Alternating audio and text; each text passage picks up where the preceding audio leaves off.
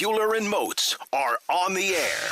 This is the Steelers Blitz on your 24/7 home of the black and gold. SNR, Steelers Nation Radio.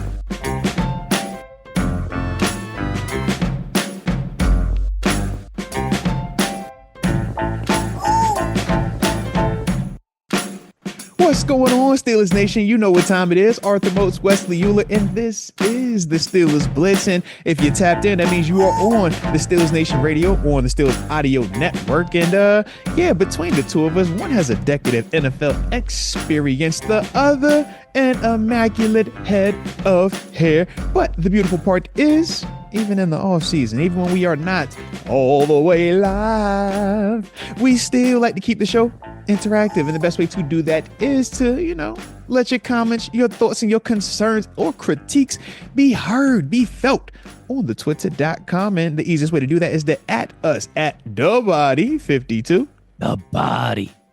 And at Wesley Uhler. The Good Hair.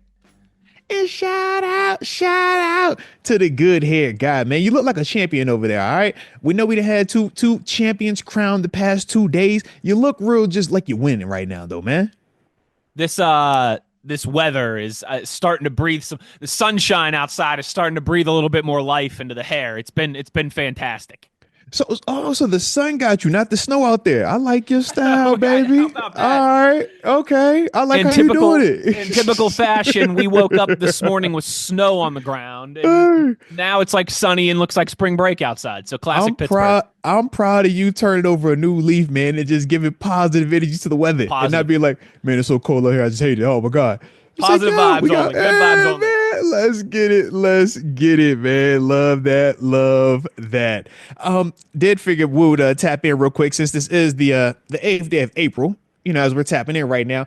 Any updates on Aaron Rodgers? Before we started recording? I did not see any updates. Just wanted to make sure that you are also in concert with that.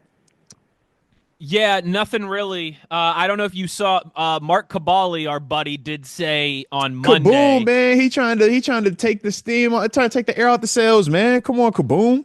Cabali McAfee. Said, to be fair, to be to his credit, he said, "I don't know this for sure." He said, "I don't have any sources on this." But why he put it out there? He said he doesn't think. He said he wouldn't expect Aaron Rodgers and an Aaron Rodgers announcement to happen. Of course, we talked about this last week. Pat McAfee is having a show in Pittsburgh at PPG Paints Arena on Wednesday night. Sold out. 18,000 people, little over 24 hours from now. And of course, I think understandably with Aaron Rodgers and Pat McAfee's relationship, and with just the timeline of all this, a lot of people have speculated, maybe hoped that Aaron Rodgers, that there could be does he show up Wednesday night? Does he just likes the theatrics? Does he FaceTime in for a few minutes and wearing a Steeler hat or something like that and announce? He did it with Devontae Adams. Pulls out a terrible towel and starts waving it on a FaceTime or something like that. Cabali said he has no inside information, but that he does not believe that is going to be the case. Who knows? Could he say that? How could he say I don't have inside information, but I don't think it's going to be the case? When we all know you work for, that's your guy. We see you on WWE now because of this. Come on, man. It's a convenient. Cabali's really sitting on the fence here. He's really playing both sides here conveniently. Hey, that Mark he's Cabali, the most informed, but I don't know anything at all. Like, come on, Kaboom. He's the smartest, uneducated guy I've ever met, or the least smart, educated guy I've ever met. One of those two. I'm not sure. Yeah. Like how long are we supposed to just be waiting over here, man? Just wait. That's why I just figured I had to ask you, man. Because I still think there's a possibility we could get some news, but I don't know. And you could tell me if I'm wrong with this. I feel like the more realistic timeline, if something were to happen here soon, would be like in the next. So it's Tuesday afternoon as you and I record this. Like I said, the McAfee show is Wednesday evening. So in the next 24 hours or so, I think the more realistic way would be if the Steelers made an announcement and then something happened on the McAfee show. I don't Now, why do you feel like that makes it realistic? Because I just feel like from the Steelers' standpoint and the league and how they like to do these things, the Steelers are going to want to be the ones, rightfully so, like they did with Justin Fields, like they did with Mitch Trubisky, Russell Wilson, pardon me. Who do you think is in the driver's seat in this scenario? I think the Steelers or Aaron Rodgers? I think Aaron Rodgers is the one who controls the timeline. But I think even with that, wouldn't it be fair to say, like, hey, we would like to make this, because I could be wrong too, but I know he did the Devontae Adams thing with all of that. The Jets didn't make that. Yeah, he made that announcement. Did the Jets make the announcement? No, he made the announcement. Did he make that one too? Okay. With Aaron Rodgers, good question. If I remember correctly, though, that was he went on McAfee because that was when he called out Shefty. Remember, Shefty sent him the text. Correct. Hey, is this true that you're going to be signing here? And he said, lose my number. Was he? And that's what I was going to ask. He did sign with the Jets, right? He wasn't traded from the Packers. He did sign with the Jets, right? He did. Okay. Yeah, but he says that's what he told him. He's like, yo, lose my number or whatever. Right. So that's the thing for me where we all kind of from that point was like, yeah, he doesn't seem to be very fond of traditional media outlets or even the traditional this news has to break because of this source. And that was why when the Devontae Adams thing happened, it was like, oh, man, he broke this live and while he's doing an interview on McAfee show. Right. So once again, it was like nothing about this dude's track record. The past two major moves he's had screams, I'm going the traditional route of organization gets to break my story. He's to me, from just outside of looking in, because like I said, I don't know him. He just looks like he's tired of the traditional media controlling the narrative. Mm-hmm. And I think that's why he's so fond of Pat McAfee and why he does countless amount of just daily pop-ups over there, because McAfee isn't traditional media. That's why LeBron James was able to do the sit down and had so much comfortability doing it, because it's not traditional media. And that goes against the Stephen A's of the world. That goes against the Skip Baylesses of the world. That goes against the Schefters, the Rappaports, and all the guys who are a little bit more of the, as athletes, we call them nerds, because it's like, yo, y'all didn't do it. Y'all just studied it. But then these guys get so big that they get opinionated and they think that they're bigger than the actual athletes, which we see with all the dudes I just named, right? At some point in time, these guys have acted as if they are bigger than the actual athlete, the actual talent. And I just think for Rodgers, he's to that stage where it's like, yo, I don't have to deal with that. And I don't have to go through you guys to move when I want to move. There isn't a quarterback this offseason that could have moved the way that Rodgers has moved this offseason and still have the demand that he has while still having us waiting on him. Mm-hmm. The Pittsburgh Steelers you talking about, right? The pride and all this other stuff, volunteers and hostage, all that stuff. It's like, we are very much going against what we want to do. You don't think they would have been one to have this deal done? They wouldn't have been know this information. But because of who he is, they're willing to wait and wait and wait. And that's the part where I feel like, yeah, Rodgers has a certain level of control in this that we are not accustomed to seeing here, man. But he's flexed this at multiple stops now. And I just don't see why that changes for us when he doesn't have any prior relationship with us. Like, what does he owe the Steelers organization to say, all right, guys, I trust you guys to break this story. I know you're going to tell Shefty too, though, because if it comes from the organization, Shefty gets it. Mm-hmm. We see this all the time.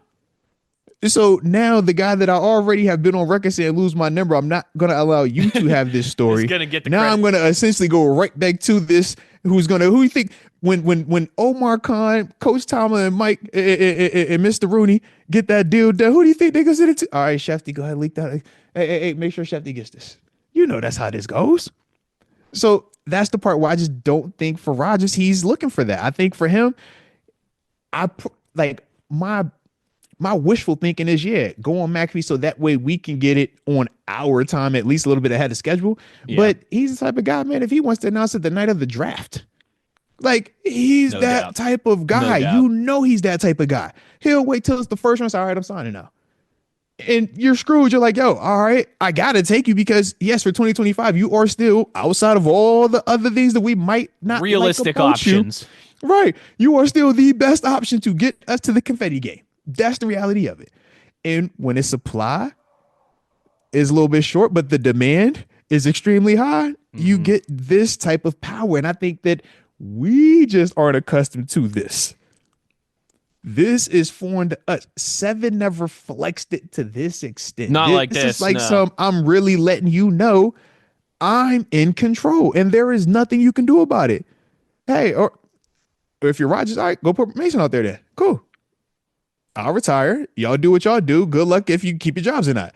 Because that's what it ultimately boils down to. And we know that as well. So we can say we have all this confidence in certain people, but it's easy to say that when it's not your job on the line.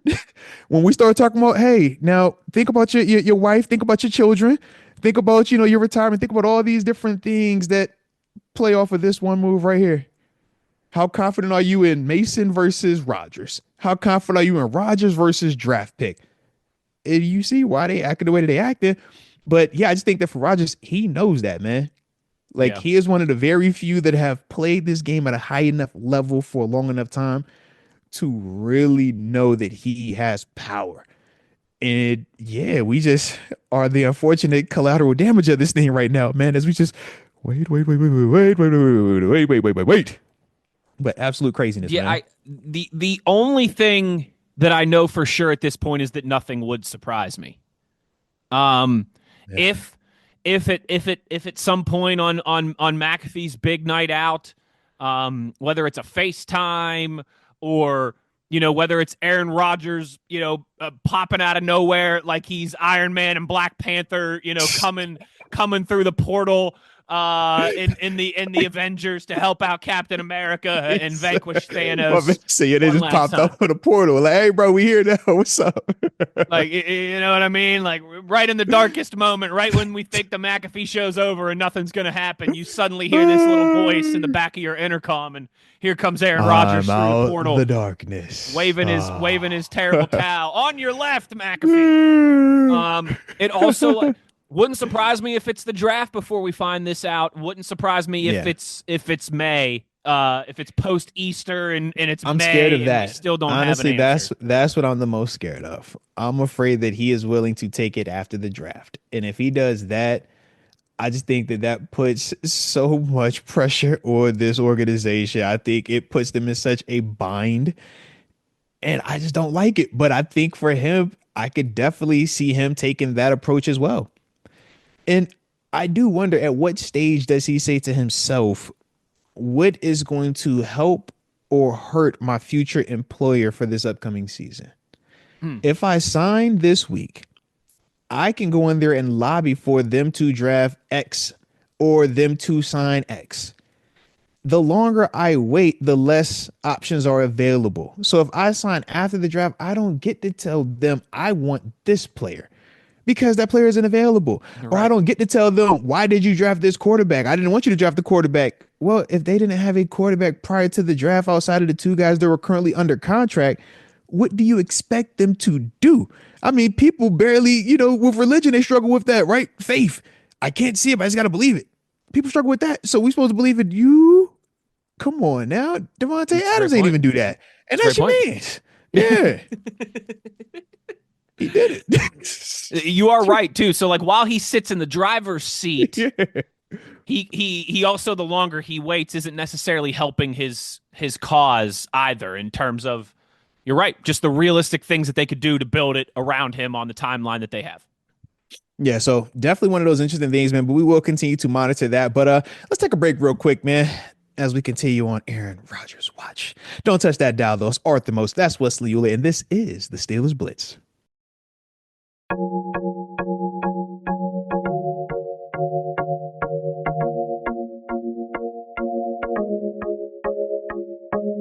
This is the Steelers Blitz with Wesley Uhler and Arthur Moats on your 24/7 home of the black and gold, SNR. All righty, second segment of today's show, Steelers Blitz. Arthur Moats, Wesley Uhler, doing what we always do. Chop it up, have a good time, and talk the black and the gold. Or just talk Aaron Rodgers. I mean, we could literally talk 3 more weeks about, all right, we wait today. How long are we going to continue to wait? I wonder what he's eating right now as he waits on us. Or does he even think about us as we wait on him? But in like the old school cartoons and movies and stories and fairy tales, like the princess would be sitting up in the tower, like picking the petals off the flower. He loves me. He loves me not. He loves me not.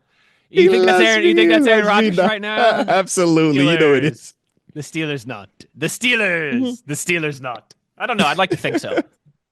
Hey, look, between that and thinking obviously of my man Big Ben was over there saying, yeah, he's just holding out for my man Minnesota, the Vikings. I'm like, no, he ain't. Don't you even put that in the ether. But with that being the case, though, excuse me on that, I did want to ask you, though, as we continue to wait, we obviously continue to see different names pop up, man. Different people continue to move up and down draft boards. We know Jackson Dart had been one of those names from a different perspective, right? Where he was one of those guys that kind of had shot up draft boards as his thing has progressed. And he's a guy that we've definitely looked to and have brought him up multiple times now. But there is the alternative to that, whereas some guys potentially start to slide. And there happened to be a showcase this weekend. All right, shout out to the showcase out in Colorado. All right, it wasn't a pro day; it was a showcase. All right, but at said showcase, there happened to be this quarterback by the name of Shedeur Sanders, and I don't know if you were on social media at any point in time this weekend, but outside of March Madness, the next biggest story happened to be, were you patting the football or did you not pat the football, and how big of a deal that is? Okay. The Pat. I didn't know. This is the biggest scandal for Pat in a long time. I was like, oh, this is really a combo. This is like a thing right now, man. This is a big thing. But just looking at the results or looking at how people talked about Shedeur's performance, some of the things that were brought up were, the ball not looking like it had as much velocity on it. It wasn't throwing it super hard. Fundamentally sound good passes, but just didn't look like it's jumping off of his arm and all these other things, though. So, obviously they were talking about that. Then, as I said it tongue in cheek jokingly about Andre Sisco, who was the athlete I was talking about, plays currently for the Jacksonville Jaguars. This is his third year in the league, I think now, out of Syracuse, right? Yeah. But he was the one who actually put out the tweet, man, first referencing how Shedeur passed the football and was like, if you do that at this level, man, we will be able to take advantage of that, which then had maybe Shedeur's future teammate, Darius Slayton with Giants, lobbying against it, talking about how, if you can see that, then let me make sure I get this. Oh, John Blanco. I forgot his reference he used. Oh my goodness. My man was like, if you're able to see, this guy patting the football, then, oh my gosh, I wish I could remember off the top of my head. Oh well. But one of those days, man, when I think about Darius Slayton is this, man. I did like how he was trying to defend it to ultimately give, some validity to what we do see from Shedeur, which is the overall production. Whereas when you're talking about from Andre Sisco's standpoint, it did come off as more of, I don't want to say tearing it down, but more of a negative critique to it. But it did obviously have an impact on just how people viewed Shedeur and where he could potentially be landing in the draft. So they start talking about, potentially not being in that top 10 range, right? Mm-hmm. And now we're like, okay, how far is far enough? Because is there a scenario where that's available at 21 and now he's on the table? Because I felt like prior to this weekend, all the convos were Cam Ward, Shedeur Sanders, early top 5, top 10. We don't even get to breathe that. But like I said, after the showcase, there did seem to be some grumblings. I'm like, all right, if that is available, if that does become an option, is that something that you would consider as well? Yeah. So the first part of that, everything this year or everything around this time of year, I think you have to be very level-headed about. Okay, because everything matters. I mean, the hand size stuff.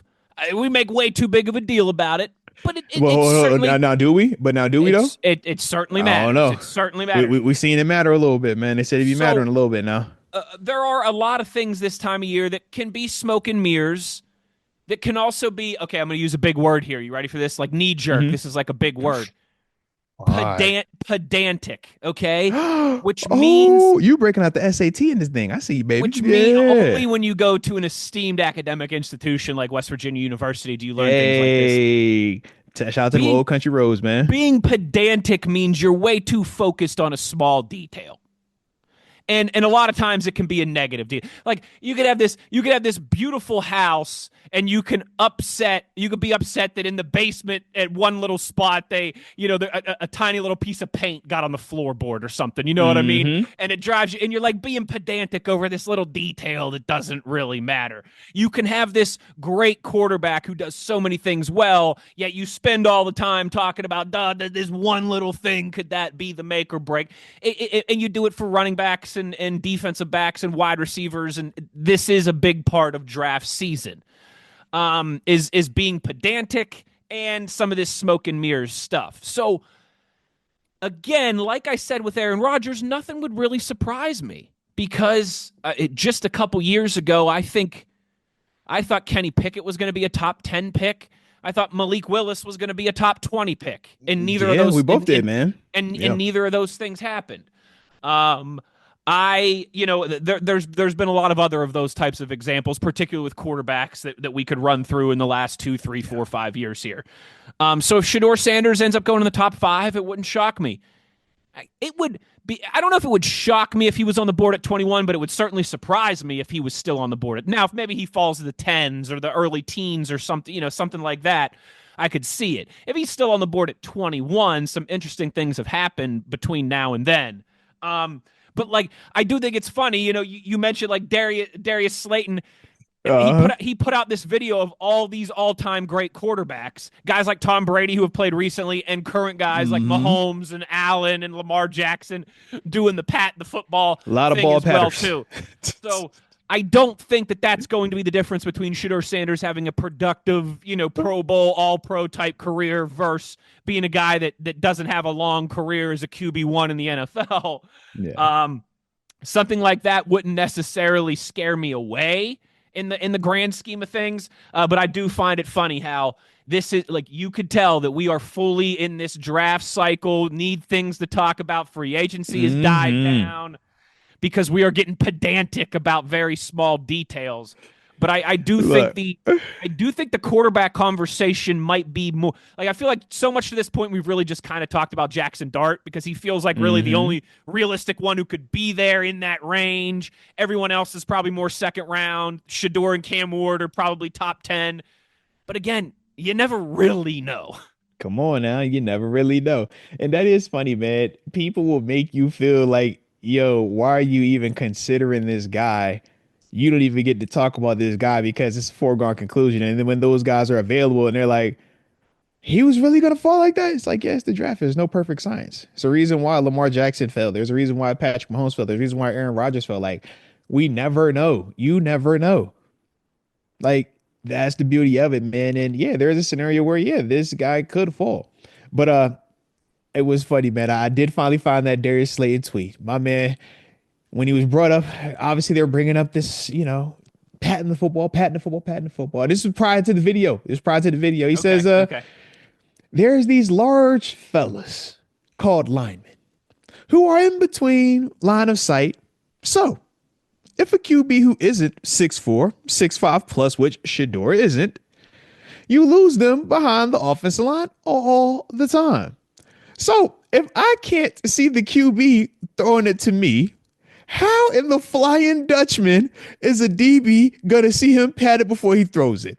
I said, yep, I like your energy, Darius. It's a good point. Hey, you know what? You bring up some great points. He says, how? Just explain that to me. I like how in the Flying Dutchman, too. I haven't heard that. How in the Flying Dutchman. I remember, I was like, I couldn't remember what word he said. I was like, I had to go look it up. But how in the Flying Dutchman, bro? That's good. I was like, shout out to you on that one, man. Yeah, gotta keep PG at times, man. But I think it is real, though, man. And honestly, when I think just from a defender's perspective, sure. When we're playing 7-on-7 football, when we are training one-on-ones, when we are just working out on our own with Wes, you come play QB and I need you to just throw to this spot as I work my drops. yeah, the indicators are ball up. Okay, front hand off the ball. That's your indicator to start getting ready to break. Or actually, that's your indicator to break because ball typically comes out. That's why with Big Ben, when he would pump fake with his hand all the way off, everybody, including the camera, would react because that's a true throw and you're aborting the throw mid-throw. It's like, that's very different, right? So, when you think of that, it's like, yeah, we're trained to break on the ball, break on the front hand coming off.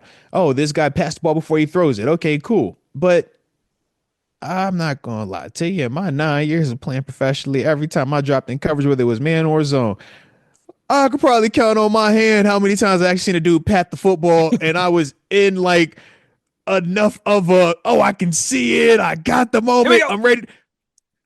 Wes, even when I picked off your boy Geno Smith in the preseason when he was at the Giants, I ain't see no pat, no football. I didn't even see him throw the ball. I just seen the ball pop up. You know why? Because you're running to a spot. I'm trying to run on a 45-degree angle, 12 yards in outside. One and a half, you know in what I mean? 1.5 seconds. Come on, bro. What? And you're still trying to catch your breath. That ball, but you're like, all right, I gotta get it. You catch it. It looks great, right? You get the pictures, you frame it, make it look all cool and stuff, right? Mm-hmm. But to act as if I could see him patting the football, act as if I could see him looking in that direction. No. For those guys that can see that, man, we're talking about the 1% of the 1%. The 1% of the 1%. I'm sure if you ask Pastor Tan, hey, Pastor Tan, can you see this? Yeah, there's a handful of times I peeped that. Newsflash, Andre Sisco's not Pastor Tan, bro. You know what I mean? Like, we're talking about such a finite amount of people that are doing it on that level. It was just funny, though, because, like I said, I do get why you throw it out there for Andre Sisco. Yes, technically, this is what we're all trained to do. But there's a difference between what you're trained to do and what the reality of it is when you're actually out there, man. And I'm like, if you were looking at him, that man patting that football, man, that's about to be bomb. Gonna go up top on you, man. And again, I feel like if it was you obviously in your decade of NFL experience and your time in college football as well too would have experienced it. But I've now been on the sidelines for 7 Steelers training camps, plus a couple with the Eagles before that. And I knew you with them Eagles. You always with the Eagles. I did like intern low-level grunt, like holding cameras and stuff, but I was at a lot of WVU football practices in my day too. I've never heard DB coaches being like, hey, why? As soon as the quarterback pats that football, it's time to jump that route. Like, I could have missed it, could have not been paying attention, could have been watching somebody else, could have been yucking it up with Brian Backo or one of my buddies on the sideline. But I haven't heard the DB coaches coaching this either. As a zone dropper, once the front hand comes off the ball, we're breaking. I've never been over here like, oh, he's patting. It's time to go right now. He's patting. No.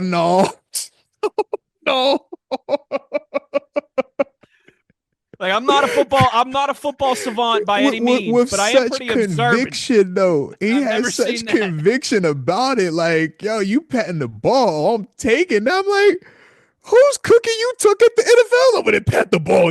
I can assure you, Shador's not the first or the last quarterback that passed the football that plays right now in the league, bro.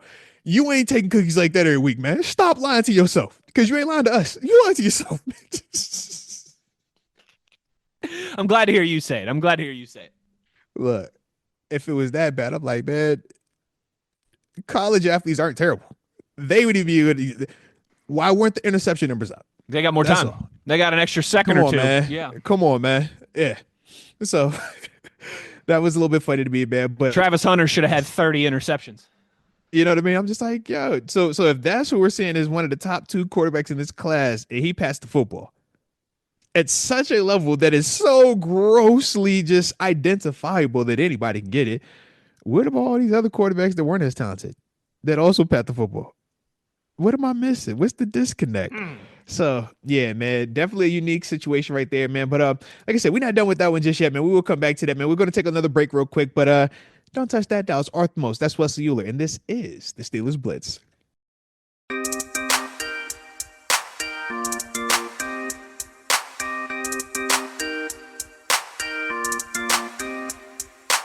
This is the Steelers Blitz with Wesley Uhler and Arthur Moats on your 24/7 home of the black and gold, SNR. Final segment of the first hour Arthur Moats, Wesley Uhler. Of course, this is the Steelers Blitz. And we've been over here just talking a little patting the football. How much you patting the football? You patting the football a lot. I love the football. I mean, if you keep patting the football, you're going to throw a lot of interceptions. You got to pat it to sleep every night. Man. I'm just saying, man. Going down a bad path, and you keep patting that football, man. But patting the football aside, realistically, though, if Shedeur is available in that range, 18, 19, 20, 21, what's your thoughts on him, man? Would that be somebody that you're intrigued by? Would that be somebody that you think could be one of those answers for us? Or are you, kind of, you see certain things about him that you're just not really a fan of right now? I think the exercise that you and I did like a month ago where we kind of pretended we were the Steelers at every draft position, and just of people that have kind of listened to this show since the season ended, I'm willing to be aggressive and risk take when it comes to finding your next franchise quarterback. So with that in mind, I would absolutely be interested in Shedeur Sanders. I understand the type of quarterback prospect that you're going to get at pick 21. You ain't getting Joe Burrow first overall at pick 21. Like that's not going to happen. You ain't getting no Joe Burrows. We ain't getting no Joe Burrows. But you've also found very good franchise, Hall of Fame, Super Bowl winning quarterbacks in this range as well too. Aaron Rodgers was one of the guys in this range. Lamar Jackson was at the end of the first round. I mean, there's other examples we could point to as well too. I don't like that's the number one way that I hope the Steelers don't live in their fears, is being aggressive about finding that next quarterback. I would rather step up to the plate and strike out than not step up to the plate at all. Or just go up there and try and lay down a bunt and get to first base. So let's play it safe, man. It's not the wrong playing it safe. When it comes to the quarterback position, I want to swing for the fences. And so if you can get a guy like that at pick 21, I am 100% interested. Now, there's a lot of different conversations we could have about the skill set, about the fit, about do you think Dion is going to be overly involved, like all these other different things that people want to talk about. Those do matter, right? And those do matter. Those are certainly part of the conversation. The brand, the same way we bring up how loud and just how we all feel about Aaron Rodgers right now. In a way, there are certain similarities of just what comes with this player. It's going to get loud. There's going to be media. There's going to be attention. Now, I think that they handle it very differently in terms of their temperaments and in terms of just how they interact with it. But that is something that you do have to weigh to an extent. You do. You're absolutely right. And even with all that considered, I'm willing to take my chances on a quarterback, and one that I think is even in a different vein than like a Jackson Dart or some of these other guys. Like it's been Cam Ward and Shedeur Sanders this entire time for a reason. And again, this is not to say that it's just because they popular on Instagram. That's it. That's not popular on Instagram. They're popular on Instagram, bro. Everybody knows that. And we can argue about how on year to year, like, is it the right year for the quarterbacks and all those different things. But all that we know for sure is that you got to get aggressive. You got to take a chance to find one because nothing is guaranteed. For the Joe Burrows who go first overall, there's also the Trevor Lawrences who still haven't really proven diddly squat and have a lot of questions about their future. He's proven more than Justin Herbert, and everybody loves Herbert. It's true, but I'd say neither has proved a Flying Dutchman to this point in their career. Ooh, I like your style. And just kind of the last thing that I would add is, this is another thing that I've mentioned many times, and particularly this time of year when we have these quarterback conversations a lot recently. I've heard for 5, 6, 7 years now from Mike Tomlin about how much of a weapon quarterback mobility is. And we've had some varying degrees of that quarterback athleticism. I don't think we haven't had it like we would with Justin Fields for those first 6 games maybe, but they even used him differently knowing that Russell Wilson wasn't available and they didn't want to lose him in that time. I would be very interested. A young, wet behind the ears, has never been in an NFL system quarterback who has mobility, like a real trait and a real strength, like Shedeur Sanders does, what that could all be about for the Pittsburgh Steelers offense. Oh, I like all of that. I do. I like it a lot. I like it a lot. Shoot, because now I'm over here, man, going back down this rabbit hole of Shador comes here.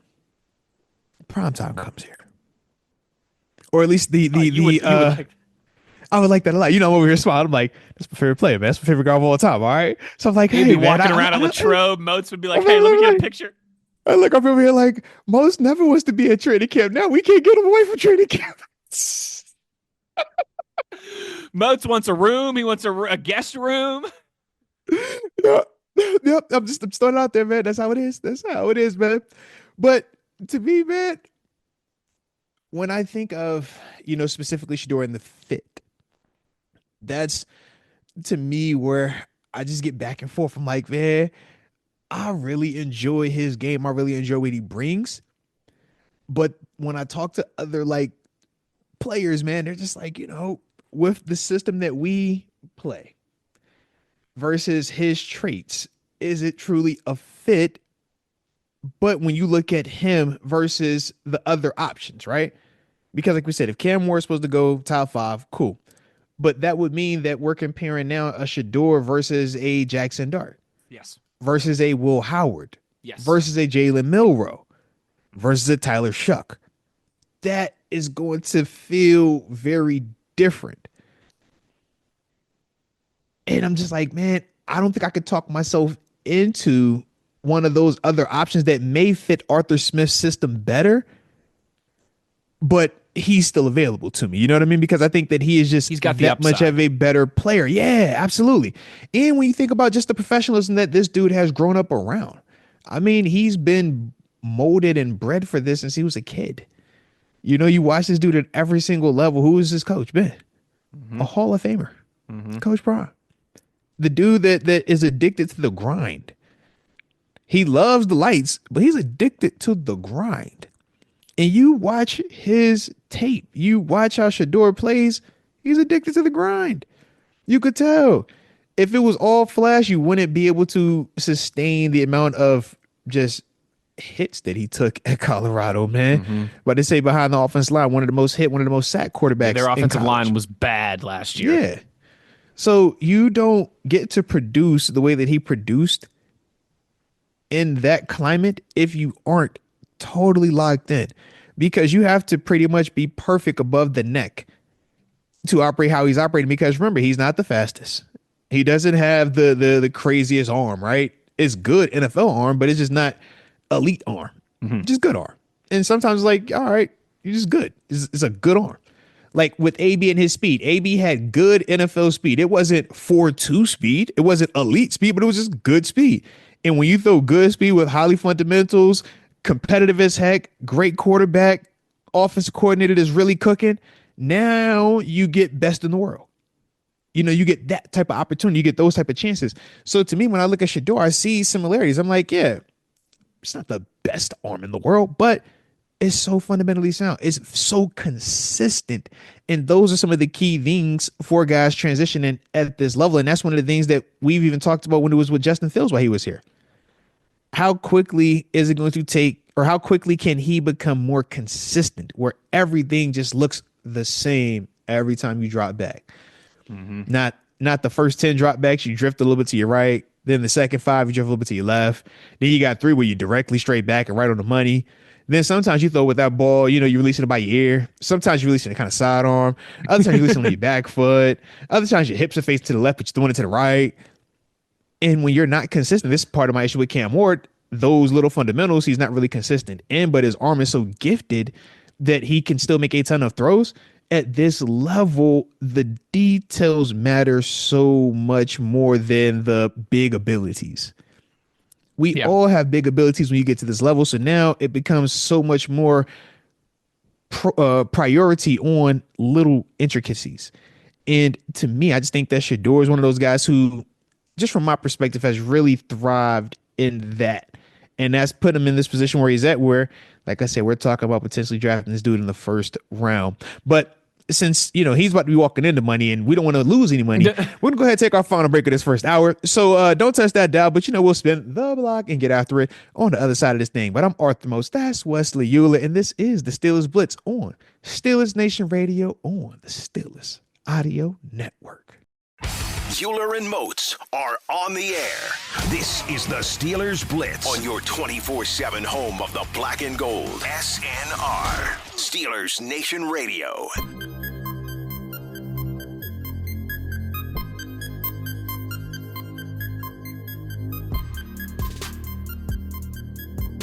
What's going on, Steelers Nation? Hour number 2 of the Steelers Blitz. How are you doing? Delightful. Oh, that's what I like to hear. Shout out to each and everybody that's out here today tapping in with us, man, as we do what we do best. And I did want to, I left that first hour alone. I ain't want to play around with it too much. But now that it is the second hour, we're a little bit more into the thick of this thing. I would like to shout out to the Yukon Huskers out there, women's basketball squad, and them Florida Gators, them little natty champions. Shout out to the Paige Beckers of the world, and Sarah Starks Strong. has to be happy today. Oh, heck yeah, Big Max. Shout out. It was beautiful to see that out there last night, man, or over this past couple of days, man. It sucks, though, that, college ball is over until next fall, but, man, it was dope to see, man. I just thought of this, and this is a total shiny silver object, but this is a perfect time for silver objects, so you do what you do. It harkens to your NFL experience because, listen, any athlete that played as long as you did and at your level, you had a lot of triumph, you had a lot of heartbreak, certainly. Which one? And I know I'm laughing already because I know you hate questions like this, the athlete in you. But what's the worst way to lose? Like South Carolina and it's not really close, or like Houston and it's back and forth and you just feel like you couldn't get it done at the end? Man, South Carolina. Oh, man, don't blow me out, bro. Because to get blown out means you were never even good enough. You weren't even a part of the conversation. You were just here to just take up space. You seen how Don looked? And I love that's Don, what you would say, but you see how Don looked. Don utterly disgusted. Not the fact that she's won 3 and that was her 4th one and she was undefeated in these games and she had already beat the same team a couple years ago. That did not matter. Why? Because you're getting drubbed in the daggone championship on television in front of your mommy, your daddy, your brother, your sister, your cousin, your high school teachers, your pastors, the deacons, everybody, the ex that dumped you, the ex that you dumped, everybody is tapped in, man. So yeah, as a I had a feeling that was going to be your answer, but yeah. I just had to ask. Heck yeah, as a competitor, man, I always say there is no shame in losing. No, there is never any shame in losing, especially in the championship, especially when you're going against the best.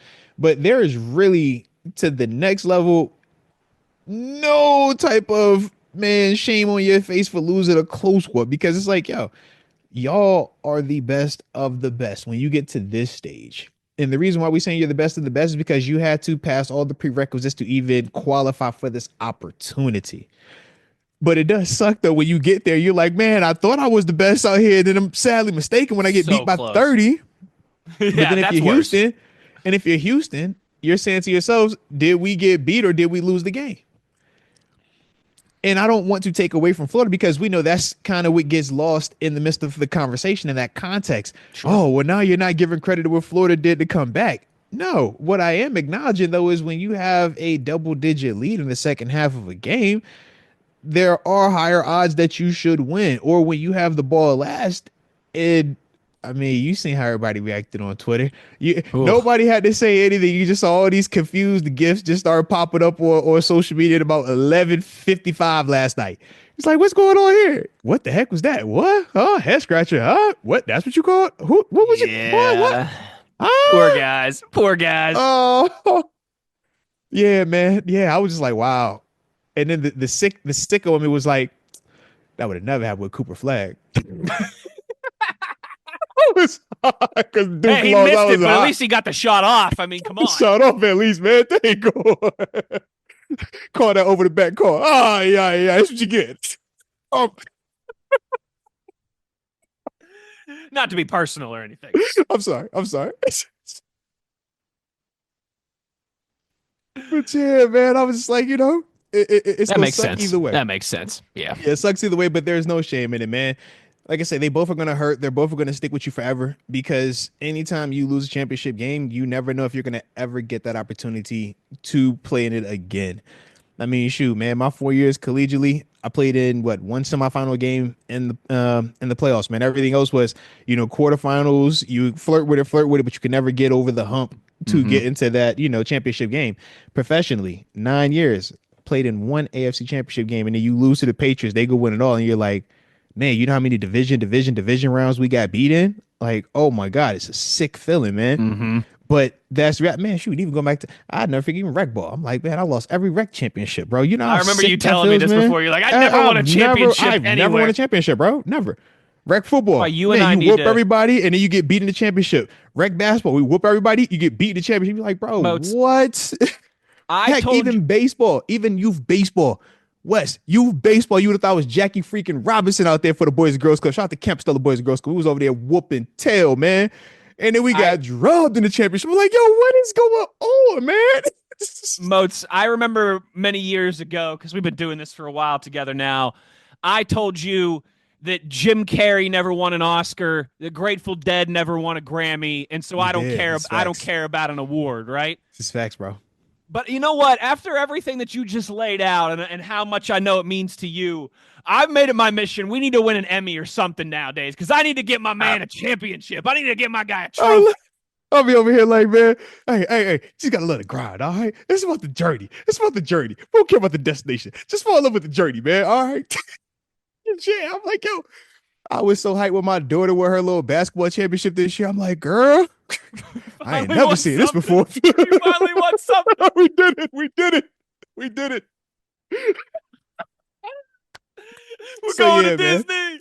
Hey, I'm telling you, I was so dang on. I'm like, hey, we going to Applebee's. You get all the shrimp, the chicken that you want. I get it all. Get all the wings, get all of it. Eyes on me. That's great. I love that. But yeah, man. So like I said, man, seeing UConn, seeing Houston, seeing UConn and seeing Florida be able to do that, though, man, I thought it was impressive. And I did want to also say this, man, just to bring it back to, black and gold and football elements of it. I always have that respect for UConn, man, because college basketball wise, women's college basketball wise, they are one of the premier programs, right? Talk about sustained excellence, a coach that has been there forever, right? An organization that has structure in place. And even though the times have constantly changed, they have adapted, but they still remain true to their core values and who they are. And they haven't won championships every single year. I think there's their first one in the last 5-6 years. 10 years. But yeah, excuse me, on that 10 years. But to me, man, I think that it was just refreshing to see that if you stay the course, if you truly believe in the leader and the organization backs it and they are doing what they're supposed to, you can recoup and you can ultimately get right back to where you've been at. And then when you look up, you're like, yo, we are still one of the premier schools. Even though it wasn't every single year, we're still one of the premier schools. And when I look at the Steelers, man, I'm like, yo, yes, the last time we were doing that was when I was out there, right? And we talk about that being the Killer Bee era. And it's like, yeah, we are getting further removed from that. But at the same time, I'm like, man, it's about to come right back. It's about to spin back if we truly believe in this. And because to me, the way that I see this organization, the way that I believe in the organization, the way that I believe in just what they stand for and how they operate in their championship mentality, where it's not we pick and choose, we want to be champions. That's what we look at on social media. We're like, oh, you pick and choose who you want to really be with it. When it's convenient, you want to be, oh, we're all in, we're trying to win it all. When it gets rocky, now it's, hey, let's tank for a draft pick, right? And you always heard me say, hey, you got to decide once, bro.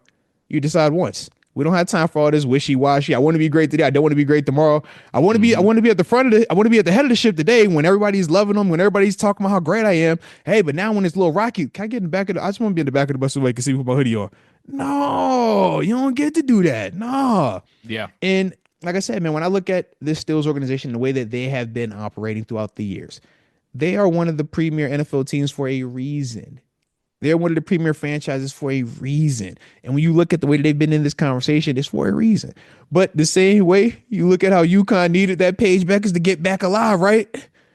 And then she finally got back, and what happened? It was right back in that thing the way it was supposed to be. Yeah. I look at us and say, I'm like, man, we have been treading water, I'm treading picking water, up what you're putting down there. Yeah. It's like, man, you go from a Breonna Stewart to Paige, but Paige got rocky. It was hurt. And it took some time. It took, where's the next answer? The next answer. But then what? When you finally got that answer, you knew how to do all the other stuff. So when I look at us, who is our answer? We've been waiting to find the answer. It's the quarterback. We got to find it. We know this. We're constantly searching. But let's not lose sight of the fact that we are constantly still very much in this thing heavily while we're still waiting on Paige to get back. Because we know when she get back, it's over. We know we got all the other infrastructure in place. We know that. Once that, and that could be Rodgers. That could be Shador. That could be Jackson Dart. That could be Mason Rudolph, right? But could be somebody that we don't know yet. Man. Yeah, absolutely. And there's nothing against development. Who says that guys can't develop ahead of schedule? There's nothing that says that.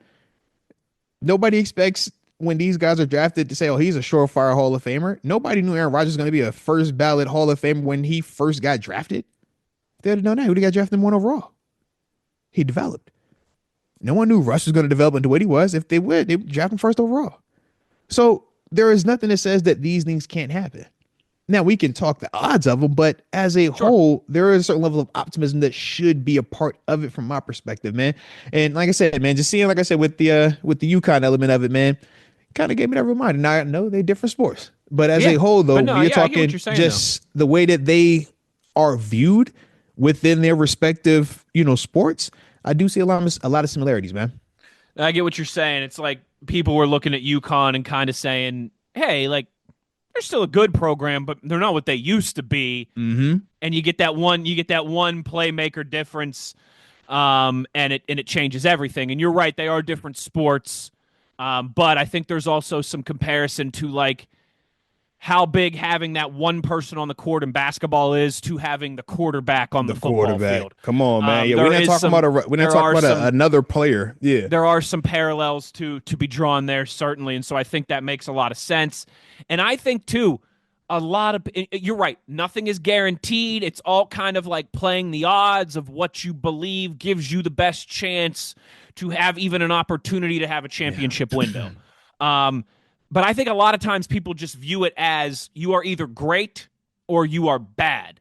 And like there's no in between. It's like one of those old school scales, right? And either all your bricks are on the one side and you're good, or they're on the other side and you're bad.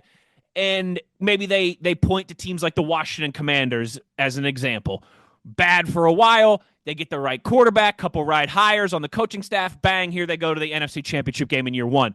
But that is much more the exception to the rule than the norm. More realistically, it is organizations in sport, programs in at the collegiate level who are always, more often than not, on the winning side of things. And then when everything clicks, then they have the window open and they have the real championship caliber. You saw that for a while with the Boston Celtics. Boston Celtics were pretty good, knocking on that door for a long time. Mm-hmm. And then bang, they get Tatum. Bang, Joe Mazzulla. And I'm drawing a blank on the coach they had before Mazzulla, who was also a good hire before he had everything go on with him as well, too. But I like how you put that. Everyone was crushing the Celtics and Danny Ainge like, you got to be more aggressive. You got to go get some more playmakers because for so long they were good but not great. But all it took was one or two of the right moves hitting, and all of a sudden they're in a final and then winning a championship. It's funny you say this too. Like I was having this conversation yesterday. I was doing one of those March Madness shows down at Bella Notte in the Strip yesterday, previewing the national championship game. And with that, talking a little Pirates, talking a little Steelers, talking a little Penguins as well, since it was a 3-hour show. Wow, and I thought you didn't talk baseball. That's crazy. There was a good point made. Like my question was, the Penguins are at a weird spot right now. Yeah. Do they continue to kind of take a step back and build assets? Or do they look at this and they go, Sidney Crosby's still one of the best players in the world. Brian Rust, Ricard Raquel, like we have the first line. Let's go get aggressive and get everything else. And, the point was made that it doesn't have to necessarily be that black and white. like realistically, you want the Penguins to take a step forward in this offseason and then maybe really go after it, in the course of the time. Like, it doesn't have to be, like I said, that scales of you're either great or you're either bad. Sometimes you can be building it good and then go and get great, hopefully, when the time is right. So I think that's an astute example by you. I think that makes a lot of sense. Well, I like what you just did right there, man, because you have laid it up perfectly for us to take this next break. But when we come back, did you just say we should be kind of good this year and get Arch Manning next year? What? Don't touch that dial. I'm Arthur Most. That's Wesley Uhler, and this is the Steelers Blitz on the Steelers Audio Network.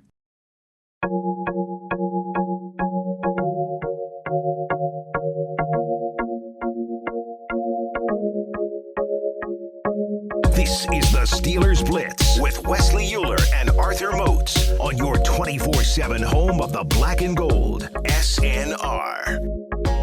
Well, Arthur Moats back with Wesley Uhler, Steelers Blitz, second segment of the second hour. And I felt like it was right, the way that we're ending that last segment there. You was talking about this slingshot, all right, you don't have to get it all at one point. You kind of go a little bit here, and then the next time you get a little bit further, and so forth and so forth. Now, we know, obviously, the NFL with the draft model is a little bit counterproductive to that, just because with success, you typically pick later. But we've also seen now that teams can bypass that with trades and, moving up and down, with their assets. So we do like that part. But it did have me just thinking about it a little bit, man, because, obviously, we know next year's class is getting talked about. It's supposed to be really good. And just for the listeners out there, and they're asking, well, what determines this class being better than another class? And some of the things that I've seen to kind of simplify it is this.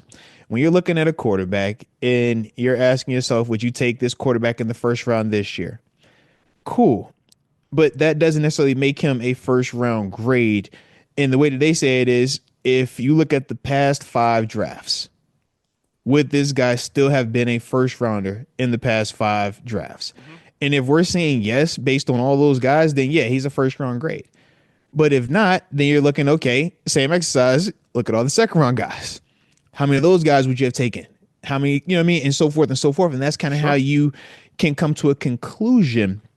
So obviously when they talk about, this year's class, yeah, there are people that don't feel Shedeur Sanders would have been a first rounder in the past 5 draft class that have come out. I mean, we know last year's class on paper looked like it was going to be pretty strong, right? Mm-hmm. And we saw some of those guys come in and play really well in terms of Jaden Daniels and obviously Michael Penix, even Bo Nix. Mm-hmm. So we can see where it's like, yeah, there could be legitimate questions about that. But when we talk about this upcoming class, we know the big name. We heard about this big name now 5 years ago. Like, man, when he first came out, it's like, oh, I know y'all know these Mannings, right? Let me tell you about the football first family. All right, you got the Bushes, you got the Clintons. All right, you got the Mannings. Okay, all right. That's what you really need to know. All right, starts with big old Archie. All right, Arch. But we obviously are hearing all the rumblings about what that next class is supposed to look like because there happens to be a Manning coming out. Do you look at this scenario as, a parallel to what you were kind of referencing in the last segment where you say, all right, we can, whether it's a Mason, whether it's a Rodgers, get us a certain part of the way there. But then at the same time, we know a year from now, this is ultimately what we're going to be trying to accomplish. So we don't have to necessarily lose our mind trying to acquire something this year and force it where we can, go a certain level. And now we know what we're eyeing up next season. Yeah. It's a good question. I do think that even if Aaron Rodgers ends up signing in the next week or two or whatever, sometime here in April, I still don't think that changes the priority of finding your next long-term quarterback. It maybe kicks the can a yearish down the road of the time to get aggressive about getting that quarterback. But it changes your outlook for 2025, certainly has a big impact on what you do in 2025, but I don't know how much beyond. Now, as you and I have laid out, you could still sign Aaron Rodgers. You could still draft a quarterback at 21. That's certainly still a possibility. Or you could still draft a quarterback at 21 and then end up signing Aaron Rodgers. But in the bigger picture, it does feel more realistic that I don't even know if it's. I was going to say that like next year feels like the year that they would get more aggressive, but I don't know if that's necessarily the case because they could still do it this year. And every year it feels like there's always that narrative. You got to wait till next year. The class is going to be so good. You got to wait till next year. And then every few years, there's one year where they're like, no. The class next year stinks. Don't do it. The class next year stinks. In reality, I think there's always good quarterback prospects that are coming out. The Pickett, Willis, Desmond Ridder year, that's kind of the rare example. Yeah, you had Brock Purdy all the way in the 7th round. That, again, it's very rare. Shout out to Brock Purdy, man. It's very rare that happens. But I also, too, as much as, like, I think the only way that you have to position yourself to go get that guy is just by having the capital, having the assets to do it. Everybody, again, thinks that you have to have a bad season so that you're in position to draft that guy or just move up a couple spots. And that can make it easier. I'm certainly not denying that. But let's not forget, the Chiefs were 12-4 before and won their division before they went and traded and moved up for Patrick Mahomes. The Buffalo Bills, I think, were 7-9. So, like, they weren't a division winner, but they weren't a dister either. They were never that, yeah. They were picking right in the mushy middle, and they moved up to 7th to get Josh Allen. So, there are many ways to skin the cat. Remember that one year that we had all the debate about why do you have to skin the cat? I just brought why can't we say something more pleasant? That's because we saw a cat a cat made a Twitter appearance. Remember that? Oh, that's right. There was some Devin Bush controversy about a cat on Twitter. Let's not go there. The thing to me is not necessarily about how do the moves you make now position yourself for the draft or for the next quarterback. It's more about the assets and that you're going to be willing to put on a trade block or on a trading table to go and get your next quarterback, which I do think is a real possibility in 2026. I do like a lot of the potential names that are going to be available about 12 months from now. All right. So, yeah, I just had to get your perspective on that, man. I wasn't sure all the way how you was feeling about it because I wouldn't say that this is, what we were joking about back when the Trevor Lawrence days was, tank for Trevor. We went on that. This isn't that. We're not talking about tanking. We don't do tanking. But I did like how you were, just talking about it at that last segment, man. That ability to best of both worlds almost. And like you said, it still didn't keep the Chiefs from finding their forever quarterback. It still didn't keep the Bills from finding their forever quarterback. We've seen there is a higher probability of you finding that guy earlier, but we also seen where you could be the Cleveland Browns and you strike out a lot of times. Chicago Bears. Strike out a lot of times, and countless others. So there is no perfect science to the draft. There is no, this is the guy. It's always going to work if you do this, this, and this. Because if that was the case, we would always get it right. But then it would be too much supply, and then it wouldn't be the demand on these guys anymore because, hey, we would all have a quarterback that could do it. We would all have the perfect receiver. We would all have the perfect running back and all these other things. But to me, man, I like it. I like it because Arch Manning does bring some unique things, but we still got to see him play another season, though, don't we? It doesn't matter no more. Because is it a foregone conclusion? You know what I mean? And that's what makes me laugh about. I get it. I understand the hype. Do not get me wrong. But a lot of people are also crowning Arch Manning, and he has never started and finished a college football season. He's played games in relief for Texas. He's had moments. But he could run. And he's had moments in those games where he's looked good. Like, I'm not denying any of that stuff. But he still has never started and finished as the starter, as the number one guy, a college football season yet. I would like to see him do that before I'm going to say he's the next anointed savior. He's a Manning. All Mannings win Super Bowls, right? I know. You do know that? I know if you want to draft a quarterback first overall and you want to win a Super Bowl, his last name better be Manning. Manning, multiples. All right. They all win multiples.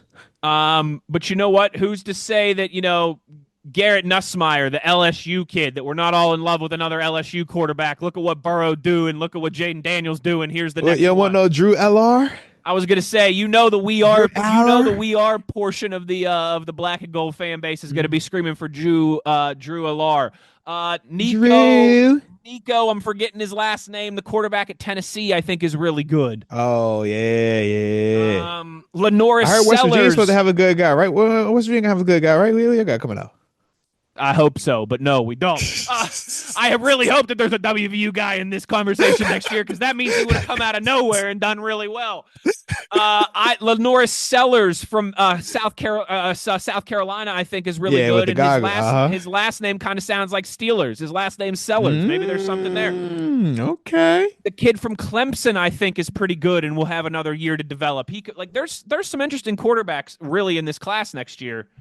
But again, that even gives me more reason to think I don't need to be bad to be in the top 5 to go get a guy.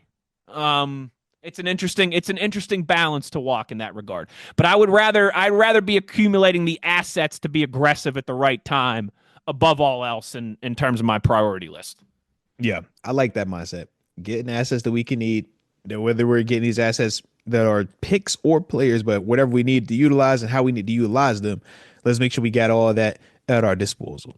I like how you doing it, man. Well, let's take another break real quick and make it our final break for today's show. So don't touch that dial. I'm Arthur Moats. That's Wesley Uhler, and this is the Steelers Blitz.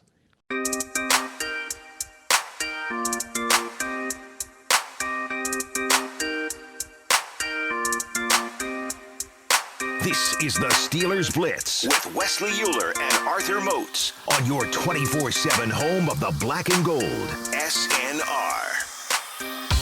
Arthur Moats, Wesley Uhler, final segment of today's show, and hopefully y'all are enjoying it, and maybe on YouTube tapping in with this as well. Hit the like button. Don't forget to subscribe to the channel either. We appreciate you. Welcome to the YouTube party here, Steelers Blitz. Hey. And of course, with the podcast only folks too, man. We know we appreciate y'all as well. 5 stars, you know the reviews. So like many moons ago, this was pre-COVID time, okay, Arthur Moats? Yeah, so this was the precedented days. Yeah. And as you know, for those who don't know, our studio, we're iHeart based, our studios. So like I am an employee of iHeart and the Steelers.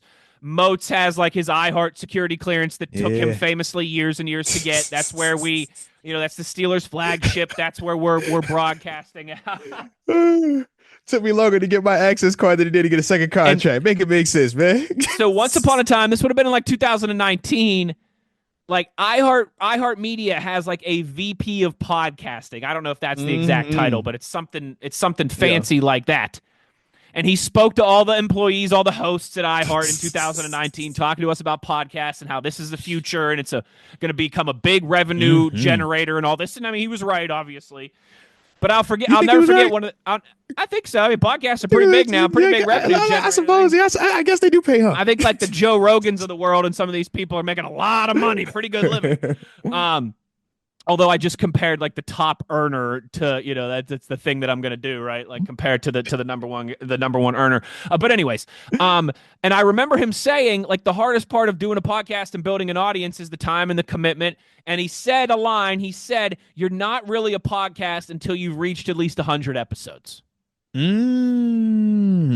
Now in 2025, Arthur Moats, I think he would say you're not really a podcast unless you're also on YouTube. So there it is. Welcome to the YouTube. We there, baby. We there. If you're not on YouTube, what are you doing? You're wasting time. 5, 6, 7 years ago, it was like you're not really a podcast until you hit your 100th episode. Now it's like you're not really a podcast unless you're also streaming and doing video on YouTube as well. Yep. You already know. You better be double dipping it. What you doing? We're a real boy. Let's get it, man. I do like that right there, man. But yeah, man, what a time, man. What a time. Evolution. Shout out to the evolution of it all, man. But with that being the case, do gotta ask, because there was a corner that became available over the past couple of days, man. A guy that when he first came out was drafted in the 4th round to the Patriots, man, and very productive player, man. But at the same time, for some reason, he's been on the move a little bit. a little bit too frequently. Went from, successful tenure, 2 years in, or actually year and a half in New England to Vegas, where success, production, but once again, just last weekend they were looking to trade him and could not find a trade partner, so ultimately ended up releasing him. And I'm talking about Jack Jones, the cornerback. Now, feast or famine could be a way to describe him. He does produce at a high level, but he does kind of give it up at times. But when you think of just the production that he's had throughout his career, is that something that the Steelers should be considering right now to add to that defensive back room? Potentially. If you hadn't already added Darius Slay, I would be saying 100% yes. But I still think potentially, because I still think you'd like to add at that position. Mm-hmm. And reminder, don't have a second round pick. That's in these types of conversations, I think that's very important, because as you're still looking, there is still time in free agency, obviously. You can still make additional signings, and there's always the possibility to make trades, and I'm not even talking trades that move the needle like a DK Metcalf trade.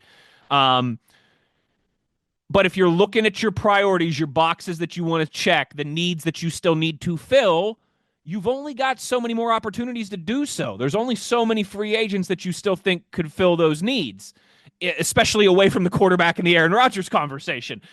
And then when you get to the draft, realistically, right, we like to say your first second, third round pick, you want those guys to contribute. You want those guys to develop and end up becoming, contribute their rookie year and then end up becoming starters. You're not going to have a second round pick in that regard, at least as of now. But if you were to get a second round pick to say maybe you trade a George Pickens or something, then all of a sudden you're going to need a wide receiver again as well too. So absolutely. You're going to be creating another need there. Right now, you still need some guys where you would the proverbial, if we had to go play a game on Sunday, you would still like to add it at a few positions. And so I think if you added a guy like Jack Jones, it might make you feel more comfortable if you don't end up getting so say first round you go defensive line, third round you go running back or something like that, okay? You didn't get that defensive back on day one or day two of the draft. Okay, well, you don't feel as nervous or as worried about that if you have a guy like Jack Jones in the fold as well, too. So, yeah, with the consideration that the Steelers don't have a second-round pick, and quarterback aside, you still want to add on the defensive line. You still probably want to add a running back. You might want to add another playmaker on the offense. You want to add a defensive back. Like, you're only going to have realistically so many opportunities to do that in the draft. So I think if there's a move like this, only 27 years old, you feel like you have a nice kind of, I think, group and balance in that defensive back room now of veterans and young guys and different skill sets. I think that this is definitely something I would like to see the tires kicked on. Yeah, for me, man, 41 games, 7 picks, 3 to the house. Let me say that again. 41 games played, 7 INTs, aka interceptions, splash, splash, taking a bath. You know how we feel about splash. 3 of them we touch paint. Pretty good. I'm petrified of them. I'm absolutely petrified of them. Wes, if you play in 41 games, you have 7 picks, and 3 of them you take to the crib. You've accounted for 4 touchdowns as a whole as a defender throughout your first 4 years, not even 4 years, first it's pretty good. 3 years in the league. Yeah. It begs the question, though. Pretty good. Why are you moving around? You're in New England for 1.5 years. You're in Vegas for 1.5 years. Why are you moving around so much? What is going on? That makes me very nervous, because you don't find guys that get you 7 interceptions and 3 of them being returned for touchdowns, accounting for 4 touchdowns as a whole on defense, and only playing in 41 games. And those guys be just readily available. Like that to me screams something is off. Mm-hmm. I don't know if you're a locker room cancer. I don't know if you're, going against what the coaches are telling you to do. But I'm like, just last year, you had 52 tackles and 3 picks. And you're right. Like you mentioned 52 this solos, 69 total, but you had 3 picks just last year. One to the crib. You mentioned this with Aaron Rodgers. You mentioned this with Shedeur Sanders. Like stuff around these guys, not just what they are on the field, matters too, obviously. And he's had some off the field stuff. Like when he was at USC, he got kicked out of USC for academic issues. And then he had an issue in 2023 where 2 loaded guns were found in his carry-on baggage at the Boston airport. Hold on. That was 2 years ago, just about 2 years ago. He had 2 loaded guns that were found in his bag when he was going through security at Boston's Logan International Airport. So that was 2 years ago. Nothing since then. That was 2 years ago. But I think it's also like you said when we talk about it with guys like Aaron Rodgers, Shedeur Sanders, all these different things. I do think it's when he was in college, he had an incident with getting, with being kind of forced out at USC, and then, had a legal, let's just say a legal, everything kind of worked out. Yeah. And that's probably part of why he was a 4th round pick too, maybe instead of a 2nd round pick, something like that. Now I think it's fair to note as well too, all weapons charges were dropped a couple weeks later. Hey, no weapon formed against you shall prosper. Only God got me, baby. Let's go. Only God can judge me. I see you, baby. As you pointed out, like it is when we do it with Aaron Rodgers, when we do it with other, it is always important, I think, to give the full context. Yes, that's real life right there. I appreciate that context. That makes a lot more sense because I was really over here just like, what am I missing? What am I missing? I remember him coming out of Arizona State. I'm just like, yo, he can ball. He's a man corner. He got great ball skills. Like, what am I missing? What am I missing? And that's what I was missing. Okay. All right. He got a little crash out in him. All right. Got a little crash out in him. All right. Okay. All right. Okay. Okay. Oh, I feel about that. That's Hey, you like that? If you're gonna take a risk on somebody, you like the culture of that defensive back room. You got veteran grown up Minka Fitzpatrick. You got veteran grown up Darius Slay. You got head screwed on right Joey Porter Jr. It's a good blend. Good blend. I'm just saying, good blend. Gentleman, scholar, man of class and leisure. The number 1 guy on the team that you would obviously want to date your daughter, Beanie Bishop Jr. out of West Virginia University as well too. Okay. Class. Because I was just like, oh no, I feel about that one now. Yeah. The production is there, though. Highly productive. Highly productive. 27 years old. I guess you got to be highly productive if Moatsy, yeah. I told you last week that I felt like I wasn't an adult. I didn't really mature till I was like 28, 29. So he's 27. Who am I to judge? Who am I to judge? I'm with you. You're not as forgiving as I am.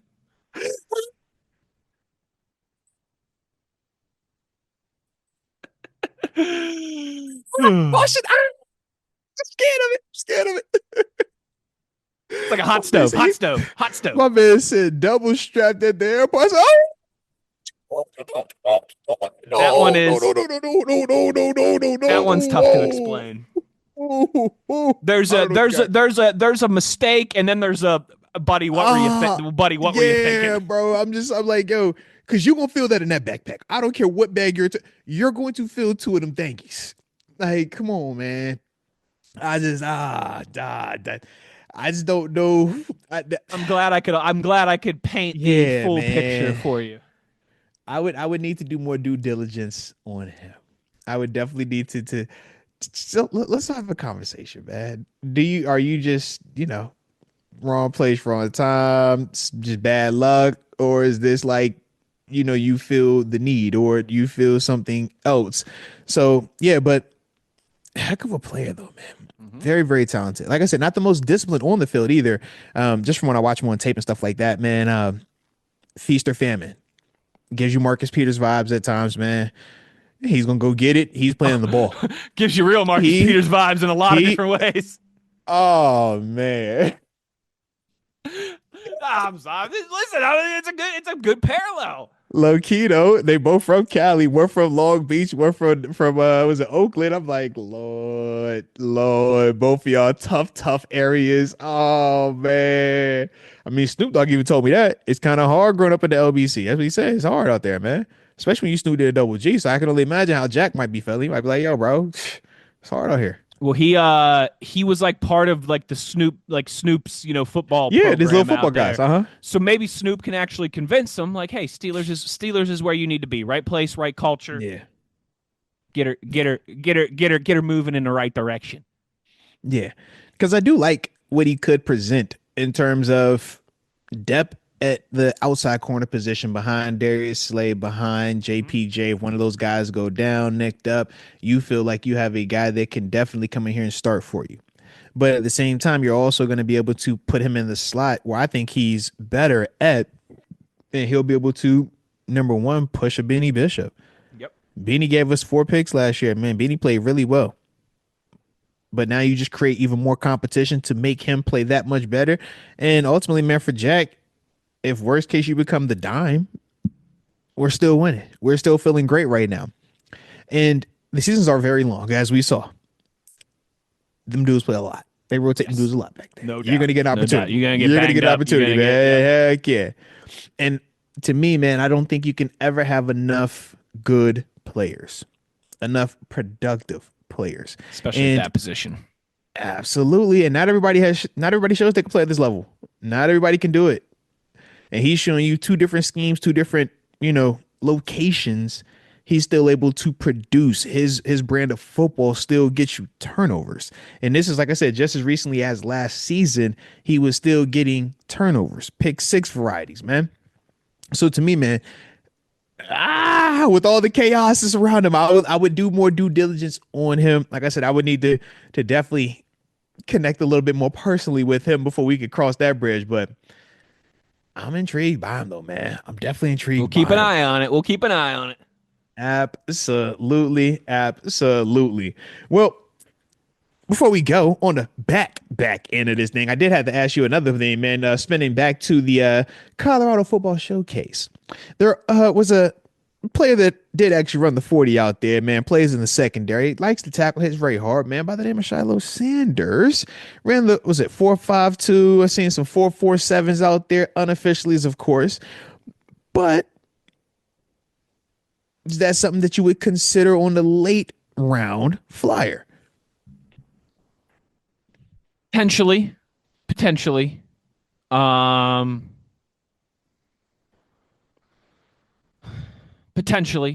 think he has the right mindset for that position to fit what the Steelers want at that position. Mm-hmm. So potentially. I'm not gonna lie to you. Like I don't know a ton about his game. You know me, I admit it. I study the top 50 guys in the draft. Let's go. And I did see like he never played WVU because of the weird kind of matrix scheduling. You're right, because that's what I wondered. I was trying to figure out if y'all ever had a crossover. Team. We finally get Colorado this year, but that's the first time since they've rejoined the Big 12. We didn't have them on the schedule the last couple years. Gotcha. But because I was wondering if you had saw him already or not, man. I do know enough to think that where he excels and kind of his mindset at that position would fit with what the Steelers would be asking. Oh yeah, physical tackler, absolutely. Not starter. I'm thinking, back into the draft, stuff like that. And obviously we feel good about our safeties, right? In terms of Minka, in terms of Deshaun Elliott, and even Juan Thornhill. But from adding more to that room, whether you're talking special teams, whether you're talking that physical element, and also, like I said, man, if injuries do happen, somebody that you do at least feel like in a limited role could give you something. Yeah. Like I said, at that part of the draft end, there's always some considerations out there, man. So, yeah, I guess I just figured I'd throw it out there to you, man, on the back end of this thing. But that will do it for today's show. Hopefully everybody enjoyed it. And I got to go ahead and give a shout out to, let's start with my producer, Mr. Wesley Uhler.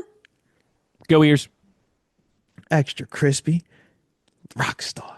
Love it. Then from there, man, Power Grip Megawatts, it ain't showing less, y'all showing love. So we appreciate y'all from the heart as well. Pat yourselves on the back. Snap your fingers one time. You're feeling groovy. And then last but certainly not least, you know the guy that was rocking the mic with me on the one and only Mr. Wesley Uhler.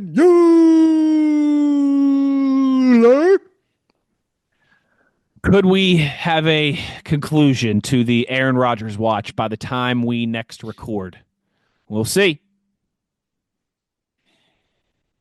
He's signing on Wednesday. It happens in Pittsburgh, Pennsylvania. That's how he's going to announce it just like that, too. Mm-hmm. But that will conclude it. So you already know where to find us on your 24/7 home of the black and the gold. Steelers Nation Radio on the Steelers Audio Network. Steelers football happens here. The Pittsburgh Steelers Audio Network.